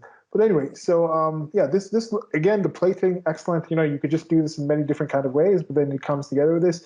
And this looks like it's something that could be a creation by the chef. It doesn't look like something that was being done in general, and then they're like, ah, let's copy this. This seems to be more of like an in-house creation. Have you seen something like this anywhere else? I mean, I've seen olive oil on ice cream. I know it's interesting. Maybe we can do one on Austrian food, but in Austrian cooking, they'll actually do pumpkin seed oil instead of olive oil. Pumpkin seed oil with vanilla ice cream tastes almost like peanut butter, interestingly enough. So it's a similar thing here. I mean, it doesn't taste like peanut butter, but I'm saying like the flavors work together in a way you wouldn't expect. Because I think the sugar brings out certain fruity elements in the olive oil, and because there's a little bit of fat, but it's like it's balanced. It works well together. Yeah. And those ones are also plated like this egg look, or those are just different ones? I've seen it just drizzled over top. Like it's not like it's just like a scoop, and then you just like drizzle a little. Yeah, I mean, this is cool. This is a good one. Did you have like a dessert wine with this, or was it just this? This was the first time I went with my boss and the other manager. He bought us 2 bottles of wine, which we had throughout the day, but I don't think I had anything with this. Okay. So next one. Yep. Okay, here we have a pudin de pan, orange infused bread pudding with caramel helado and Helado, yeah. cherry berries. So now they're Yeah. throwing off. They keep going with these letters that make the H sound. Then they actually throw an H, and then you're like, it can't be H. It's got to be something else. I should actually ask. It might be helado because I remember I have a Puerto Rican friend. Like we were saying huertas. She's like, no, it's huertas. The H is silent. But I'm Okay. like that's right. But then the J, I'm like, okay, if the J is an H sound, the H is silent. Okay, I guess that's the. Anyway, this was really nice. So it was in a little cast iron pan. bread pudding. I think you can tell there's orange infused. It's probably orange extract based on the flavor profile. Helado just means ice cream, so it's ice cream with caramel mixed into it. They likely make a caramel sauce and probably pour it into the ice cream as it's being frozen. Sherry berries, just these were blueberries just cooked in a sherry. It's not a lot of sherry because you notice it's still a bluish color. Sherry would typically turn it brown, so there's a little bit for flavor, but it's not too much. So it's a nice the caramel, sherry, berries, orange works really nice together. And I think with this, typically here with the desserts, I typically will get a sherry because a sherry will work well with a lot of these flavors. Now, the sherries I get on this, of course, are on the sweeter side. Like, for example, I had the sherry with the foie gras, but it was drier. Like, there's different ranges. Like, there are ones that are like super dry, really sweet, kind of in between. The ones that I get with dessert are typically sweeter, but they're not like over the top. Okay. It was, if I remember correct, this one has two of the four things that are advised to be in desserts, right? It has a citrus and has a caramel, right? Yep. Yep. It was Just no. citrus, caramel, chocolate, and wait, let me try to remember. Is it coffee the last one? Yeah. Yep. Okay. Yep. Yeah. Well, the first one didn't have any of them, but no, the citrus had the lime zest. Yeah. Okay. So, Yeah. okay. So yeah, I would. Go ahead. This was really good. I mean, I'd recommend try. I think this is one of those may not be too hard to make either. I mean, if you want to make ice cream, obviously you need a ice cream machine or something. But I mean, bread pudding is not that hard to make. I mean, you just need like stale bread, eggs. You can add different flavorings to it. I think this would be a pretty easy thing to make, and you could even make like a big batch of it and bake it and serve it to family or something. Yeah. Uh. Chilled cast iron dish or just room temperature? No, if I remember correctly, they actually heat it up in the cast iron and then they bring it out. But then they put the ice cream on last minute. So like because the bread pudding is hot, the ice cream's starting to melt onto the pudding. Yeah. Good point. Okay, so the bread pudding is made in the cast iron dish and then that's added on top. Yeah, so it's kind of like it's not a sundae. Is that things there? Kind of. Not exactly, but it's almost more like a la mode, like a pie a la mode with like ice cream on top. Where like maybe as a kid, if you ever had pie, they heat it up and put ice cream. Yeah. Yeah. Well, Really like with this, like my sense here is the way they make it is they probably you probably have a big mixing bowl. You add all this stuff together, then you portion it in the individual cast iron pans, and then when somebody orders it, you throw that pan into the oven, heat it up, like it gets brown a little, then you put the ice cream and berries last minute and run it out. Oh. All right. Yeah. Looks good. Yeah. Looks tasty. Yeah, it was nice. I think that's still on the menu. I definitely recommend that if you go there. Yeah, caramel ice cream. I prefer this caramel ice cream. It's actually caramel flavored ice cream rather than sometimes it's just like, oh, it's gonna be a vanilla ice cream with like streaks of caramel in it. I'm like, no, it's not caramel ice cream. That's vanilla ice cream with caramel. Like get it right. Get it right, people. False advertising. But yeah, this is great. That looks like another really good dish. Yep. Okay, on to the next one. Yep. All right, so I apologize for not getting the name here. It's kind of my fault, kind of theirs, because I had mentioned previously how they don't update the menu, and like it's one of those things when I go there now, I'm going to take a picture of the menu because they don't always have the online menu updated. So it's one of those things I ordered, but then I checked the online menu, it wasn't there, so I had to kind of remember what was in it. So it's a torta, that's in cake in Spanish. So the topping was actually, it's a frosting, but it's based on creme fraiche with some vanilla. You can probably see the little black specks in it. And there was a syrup which was actually made with saffron. It was kind of interesting. It seemed almost like a simple syrup. Sugar base was just kind of drizzled underneath the frosting and like onto the cake a little bit. Just some pistachios on top. Really nice dessert.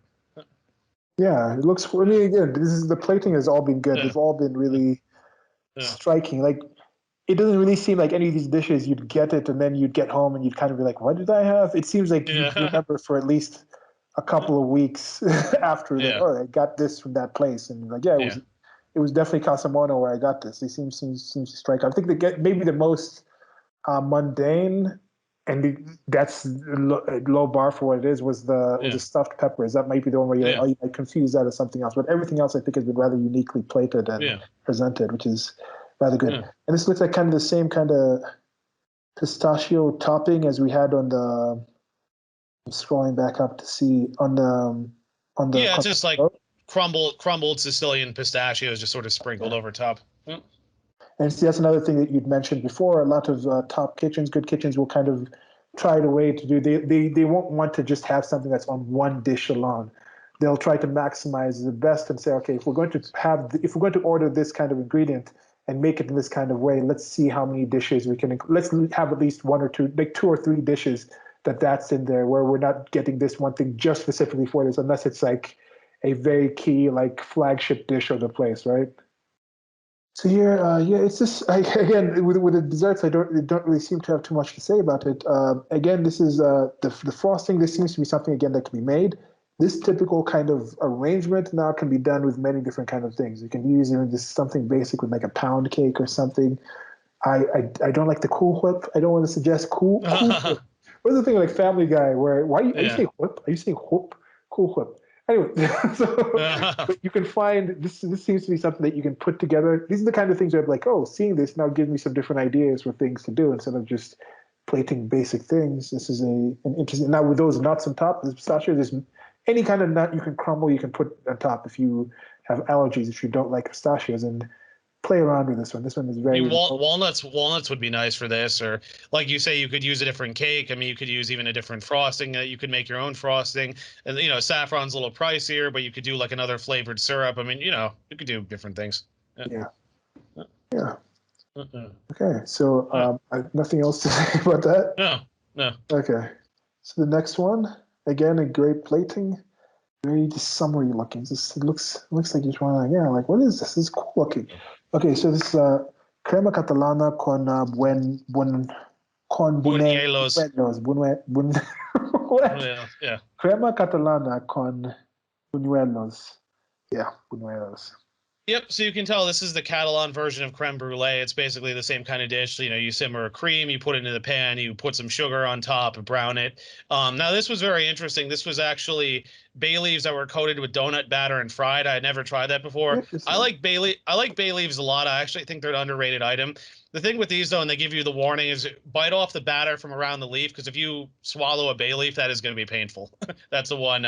It's one of these dishes that's not exactly foolproof, but it's like they give you the warning. Like it's sort of like a lot of places, if they give you a hot plate, they'll tell you in advance, because then you can't grab it and complain, because if you swallow a bay leaf, I mean, that can get pretty ugly, but they tell you, they're like, eat off the batter around the leaf, don't eat the leaf itself, and hopefully people are smart enough to follow that. So yeah, because bay leaves, for those who haven't dealt with them, are normally very dry and rough and tough, so it will probably be rough enough to lacerate your interior.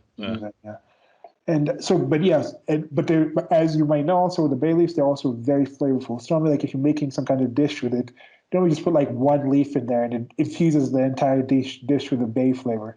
So I can imagine just from that coating, it absorbs some of that bay flavor, right? Yeah, that's what it is. The batter tastes like the bay leaf, which is really nice. Okay. Yeah. I wonder if there's bay leaves and Old Bay seasoning. I really like Old Bay seasoning. I do, yeah. I think there is actually. There are actually. I'm trying to remember. I used to know the ingredients in that, but I haven't checked in some time. Yeah. Oh yeah, it's living in Maryland area, that was a common thing. I found a store here that actually has it, so I might actually get some. But yeah, I could just look online and find the ingredients and probably put a couple. I mean, they sell it at grocery stores like upstate where I'm from. Like I made a fish chowder when I was home, when I put some Old Bay in it. It was nice. Okay. Yeah. Yeah, I think I might as well just buy the stuff. It's just there is something about the actual Old Bay company, the dish, the can and everything. Yeah, I don't know. There's something about.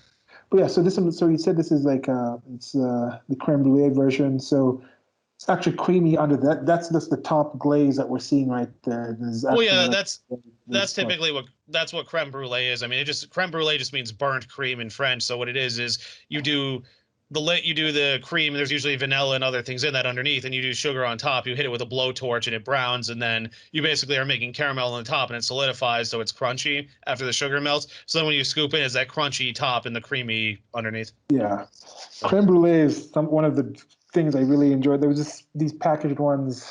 I guess in the U.S. they have like the Jello type of packaged pudding type of things. But in France, I'm forgetting which brand it was. There's a specific brand that my parents used to get me when I was kids, and that's one of my fond memories. Where you get it in the actual thing, then you flip it over, and it comes out a little plastic thing. But like the more like the crystallized, caramelized parts on the top, then falls down the side. It was a really really good dish. It's definitely superior to Jello and pudding. Hmm. If you haven't had the creme brulee, try to find it at a good place and enjoy it. Then you can also find these other brands at the store, but it's definitely a great dessert. I think I like it. Yep. Now, challenge level doing this, I guess the charring on the top. If you have like the blowtorch and everything, you'd be like, no, that's kind of a higher risk type of thing for people to get Yeah. used to doing that. They could actually mess it up. And of course, now with the bay leaves, as Steven mentioned, if you do get there, they'll give you the warning before. But this might be a don't try this at home if you're Well, not. I was gonna say don't give this to kids. Like I wouldn't give the kids the bay leaves because I don't trust them to. Yeah, yeah. So adult mentality required for this dessert. Yep. But otherwise, it looks Sure. great. Again, another excellent plating using that same brown dish from the stuffed peppers. Yep. But yeah, it looks good. It's a Yeah. good place. Did you Yeah, have? they send this out. They send this out to me as compliments too. It was nice. I was like, they're like, "Oh, do you have somewhere to be right now?" No, and then they sent me this. I was like, "Oh, thanks." Oh, cool. Did you have I that? paired I paired this with a sherry too, by the way. I don't remember off the top of my head which one, but it was like kind of a slightly sweeter one because you figure sherry works well with the caramel donut flavor. Yep. Yeah. Okay. Yeah, looks great. And Uh, uh, yeah. Now we're on to the last one, coming to an yep. end here, and a great talk, great dish again, great place. Here we go with a chocolate con galleta de avellana, and it's a chocolate ganache with olive oil, helado, shaved Ibizian chocolate, and tahini hazelnut cookie crumble.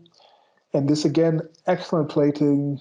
It just, yeah, I mean, it looks, that chocolate just looks so delectable when someone jump in there and even like looks like a nice, tasty milk chocolate. And yeah, and tell us about this. Yeah, I think it's Galleta de Avellana. Again, Avellana. hopefully any of our Spanish friends can correct us. So ganache, for those who don't know, it's a frosting sauce or glazed based on chocolate and cream. It's basically the staple when you work with chocolate. Like it's the basis for truffles. It's the basic for if you want to make like a chocolate sauce. If you want to make different chocolate pastries, that's kind of the basis for that. So it's basic. That's basically what's on the bottom here. And then let's see here. So chocolate ganache, olive oil, helado. So it's the ice cream with olive oil mixed in. It's my sense here is it's probably a cream-based ice cream. Well, I mean, obviously cream-based. I don't think there was no vanilla in here. I didn't taste any. I think it's just probably like milk, sugar, eggs, some olive oil for flavor. Olive oil was not overly prominent, but you did taste it though. And then let's see here. So the shaved chocolate. So Ibiza is a Spanish island in the Mediterranean off the eastern coast of Spain. So just chocolate from there grated over top. And then tahini is the Middle Eastern condiment made from ground sesame seeds. So those are made into cookies, baked, and then that's just sort of like broken up and spread over the top. Yeah, it looks like it might just be the same as that creme fraiche ice cream Yeah. from the olive oil dish at the start. But it's also maybe the whatever they use to scoop it out makes those kind of lines and looks like kind of like a planet on the outside. But yeah, but as we mentioned, the usage of the same. If you're making one ingredient for one dish, you want to have at least one other dish that's done. So it kind of makes sense for them to use this across the board with this. So also for those interested, I had this with a Palo Cortado sherry. That's a slightly drier sherry, but it still works with desserts. Chocolate and sherry actually goes well together because sherry often has some of these like drier fruit overtones, so that works well with chocolate. Yeah. Like Okay. sort of a roast, sort of. Well, I'd say, I guess the sweeter sherries are a little more in that direction, but this has kind of like a roasted like nuts or something flavor, so that works well with chocolate as well. Yeah.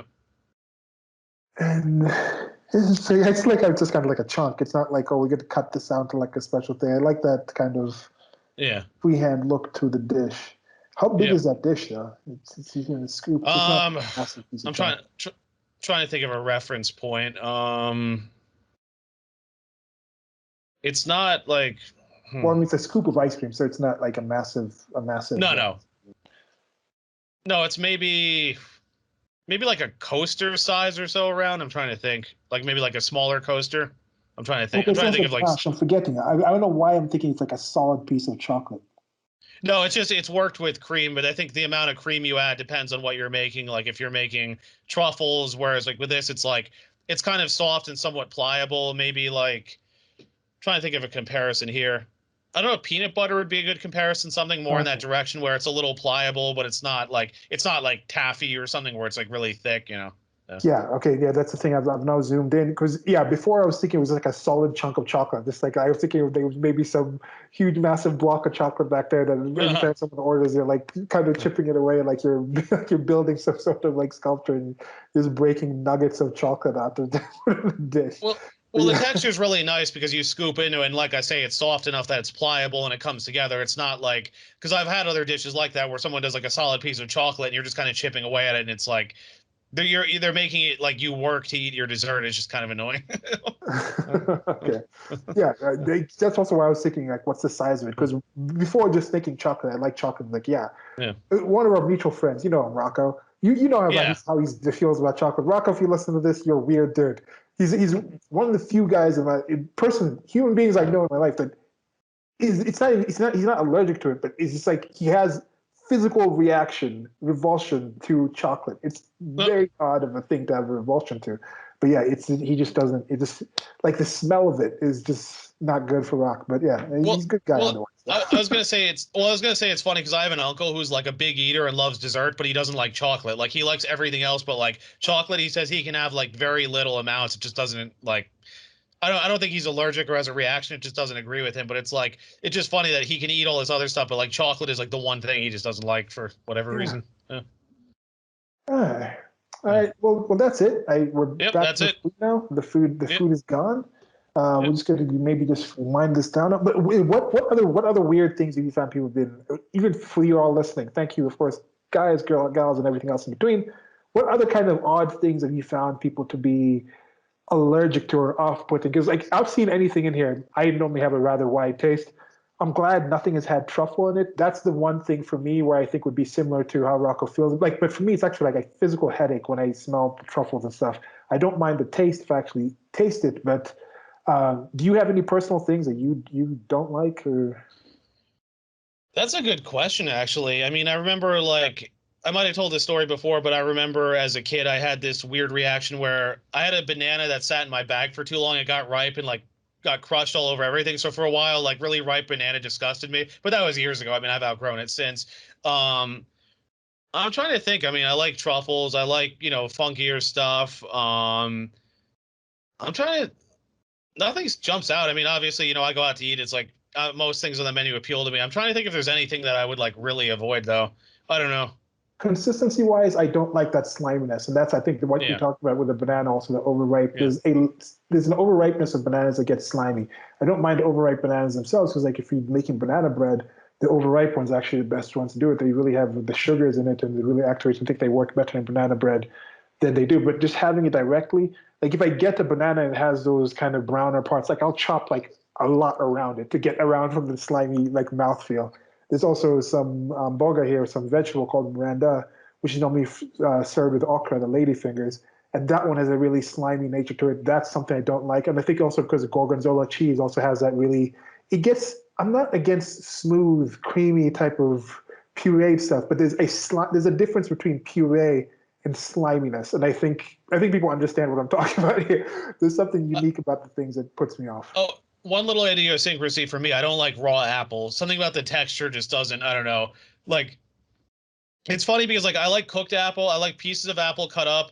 I like pear. Like we had a Ajou pear tree in the yard growing up. I used to eat Bosc pears a lot, but something about just like raw apple. I don't know. Like something about the starch. I mean, my teeth are fine, but something it just like I don't know. It's uncomfortable for me. I don't know why.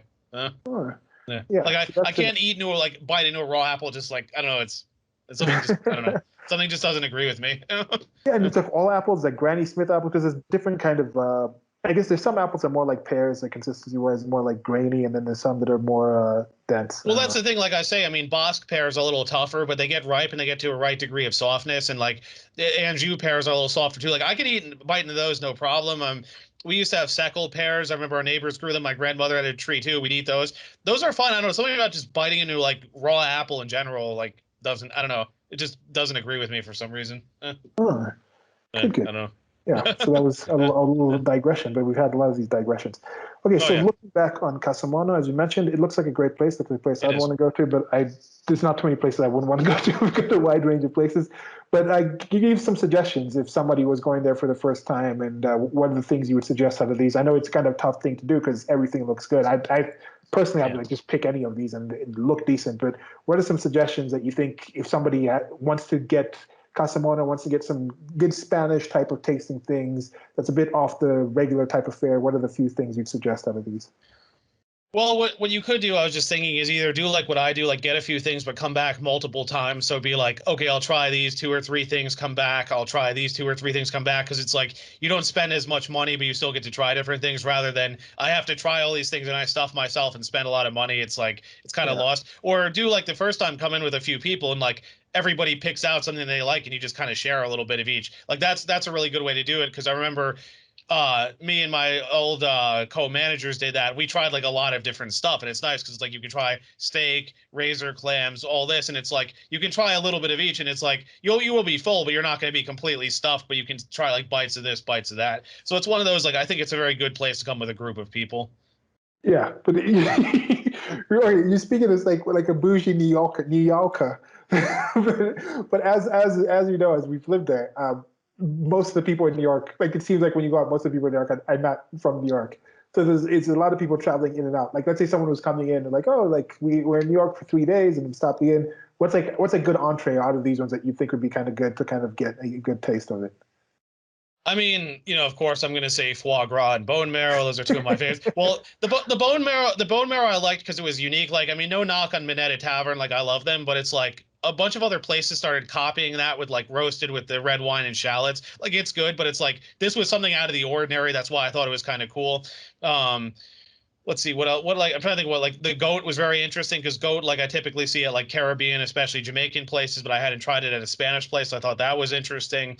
Um, what else here? The steak was good. I mean, I definitely would recommend it, but it's like, I mean, it's good, but it's like if you want something that's kind of out of the ordinary, it's not like that far out there. Trying to think what else. Pork belly, of course, is good. The eggs with sea urchin were interesting. I mean, that dish is Yeah. not for everyone. I know some people saw that and they were just like, "Ew, what is that?" But I mean, because typically sea urchin you'll see it in some well, obviously Japanese places. I've seen it in some Italian places, but it's not like a super common item. So something like that, and I haven't had it in a while, so that's one of the reasons I tried that dish. Oh, Yeah. yeah, Okay. Well, yeah, that was it for Casa Mono. yeah. Have you been there since you got the images for this one?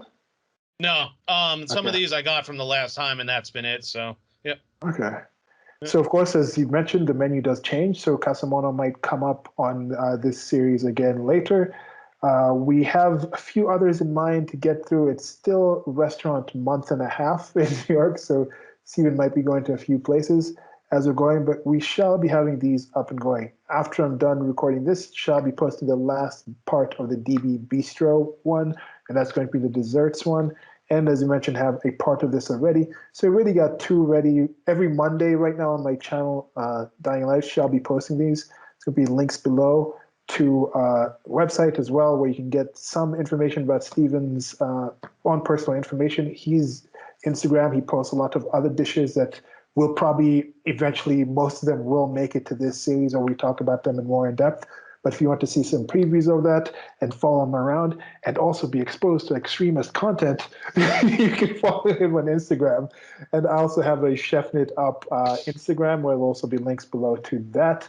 That one I post more the dishes that I make and the food that I find in the different places that I've been. Going to start posting some more recipes. I've started to start remembering, recording the stuff and tracking some of the things that I do make. And I'm pretty sure, pretty sure there's going to be a locals coming up soon and likely a separate channel for just the food because I'm 100% sure there's some people who are more interested in food stuff. They don't mind us rambling and going to different topics, but Uh, my channel is full of extremist content as well. So I know some people will come like, oh, cool, food channel. And then they post about like why we believe in gods and me talking about imaginary friends. Like, oh, what is this? I'm unsubscribing. So we might as well have a uh, separate channel for this. And yeah, we'll plan that as we're going in these next couple of weeks coming by. But Stephen, as usual, thank you very much for coming and sharing your yeah. knowledge with us. I appreciate it, but I appreciate you always. And I think we've been having some pretty decent reception from this series. What do you think?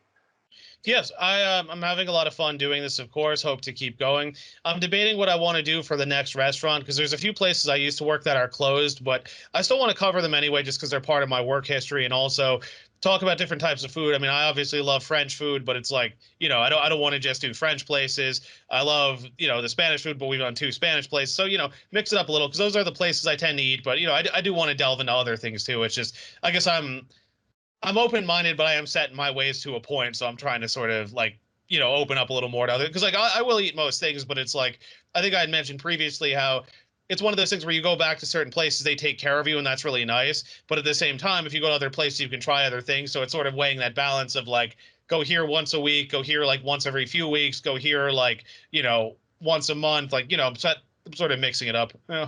Yeah. Yeah, so we'll develop this series. We have other things that we enjoy talking about. Like as I mentioned, with part of this, it just started the "You Are What You Consume" series. It was just in general, just not just the food that we consume that physically makes up our bodies, but human beings are more than our physical bodies. The thing that makes us, I think, puts us aside from other animals is our minds. So the thoughts and ideas we go behind it, and I think that's what I like about doing this. I've seen a lot of other cooking things where they just talk about it. I try to keep it to this, and we'll just develop this. But part of why we're doing this is to share these food with other people out there. So this will be, I think I'm willing to have this one to be much more interactive of the content that I've been doing. There's some things I'm doing because I'm like, I'm just putting this out because I want this idea out there. Like, I want it out of my head. Like, get it out of my head and put it out there. So if somebody interacts with it, good. If they don't, with this one, I think we'll develop this. If you have suggestions of places that you'd like Steven to try out, let us know. And I think Steven is open to checking out some places. If enough people like, oh, we heard about this place. How do you think this is? I think he gives really good insight in these places. I don't know about you, but I'm enjoying listening to Steven talk about these things. Yeah. Yeah, I'm happy to do it. Yep. All right. Okay. I have So, nothing else on this. okay. Everybody who's been listening to say, as I mentioned, guys, gals, and everything else in between, thank you very much. Steven, thank you. Goodbye, people. I guess we can say bye. Bye, everybody. All right.